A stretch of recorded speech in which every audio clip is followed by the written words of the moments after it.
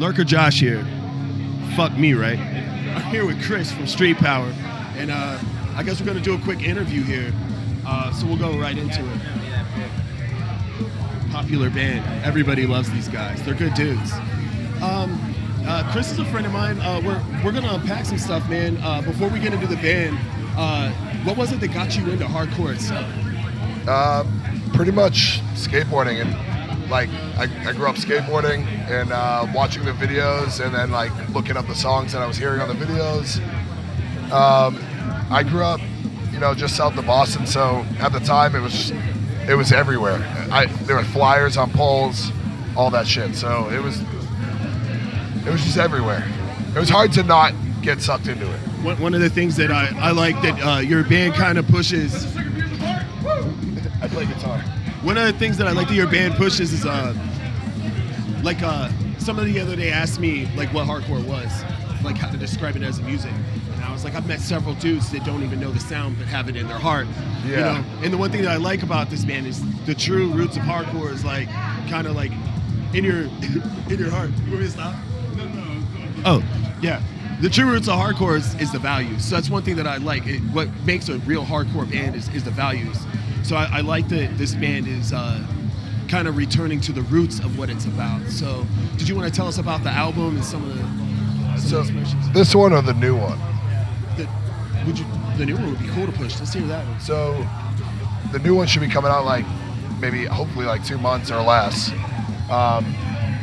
Honestly, it's just like I just try and write shit that I like, and I don't really hold myself to a guideline.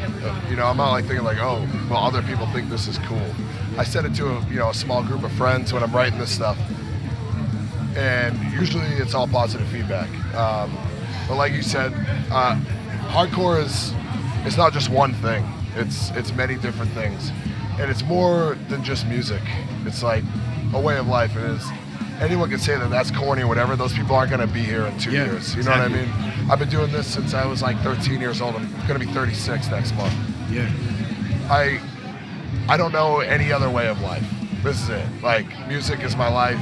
I've based most of the major decisions in my life off of hardcore music. And normal people are going to say that's stupid. That's why they're not involved. Yeah. Because they don't get it, which is totally fine. They don't have to get it. You either are or you aren't, really. That's it. Yeah. Hardcore is like who you are when you got nothing and you're still a good dude.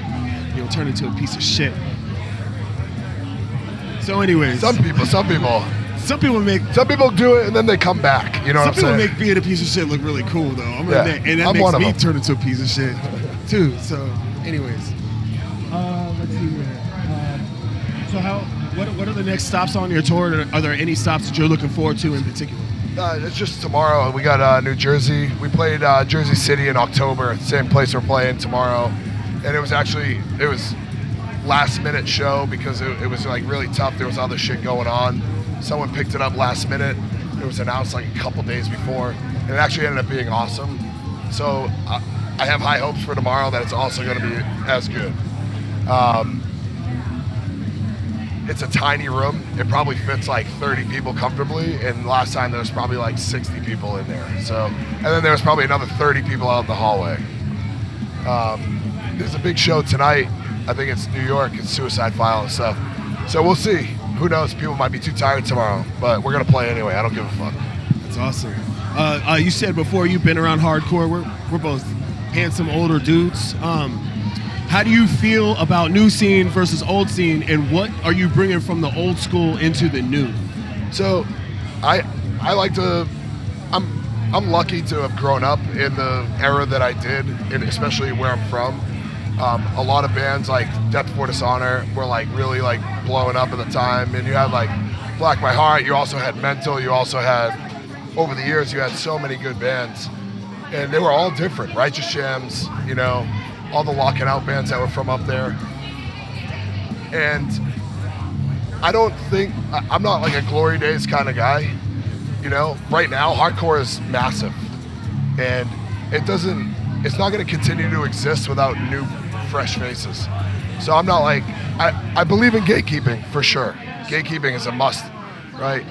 But I also believe that we need new faces, and a lot of these kids, if they understand it, they end up sticking around, right? They understand it. Maybe they don't have the greatest home life. A lot of us, that's why we're here, right? And that's really it. Like, I'm not a glory days kind of guy. Yeah, it was cool, but now it's cool too. And we can make it even cooler. Yeah. So I just don't see myself ever stopping. Like, maybe one day. I'm going to probably lose my voice at like 60, at least.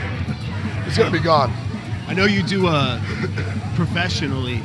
You do like firearms training, stuff like that. Did you want to expand on any of that? Share any details? I live in a very tough state for firearms. People who are interested in obtaining their firearms license and concealed carrying and stuff. When I was younger, as any mostly young boys are infatuated with firearms, right? You got cowboys and Indians, cops and robbers, all that shit, video games. So I joined the Army when I was 17. That was the first time I actually ever fired a gun. Before that, the only time I ever seen one, I was playing with the ones in my dad's closet, right? Which is a bit that I do during my classes because luckily my dad had it unloaded and trigger locked, or else me and my brother probably would have killed each other. But I believe it's an important right to exercise. A lot of people are so anti-gun, and I'm like, you're going to give up this right. You hate the government, but you're going to give up your right to the government. It doesn't make sense to me. Yeah. It's armchair activism, and it's whack. Yeah. So anybody, I don't care what your political beliefs are, like everybody, I don't believe everybody should have a gun. There's people who are not mentally stable who obviously shouldn't get it. But there's systems in place to prevent that. Yeah. It's not perfect. Nothing's perfect. I mean, the mentally unstable are going to find guns and come and get you. Give them And knives. You have to defend yourself. So, what was the name of your business and your? I don't really have a name, but I like the slogan is "Get a gun." Get a gun. I like your merch. I'm gonna pick up some of your merch. That was the first shirt I made recently, and it did pretty well. I was actually really surprised. So. All right, well, I'm not going to eat up too much of your time. I hope that was enough questions. You guys should definitely check out this band, Street Power. This is Chris. He's a solid dude. They're on Instagram. They're on the prowl. And get a fucking gun because they're coming to your town soon. And I bring one everywhere.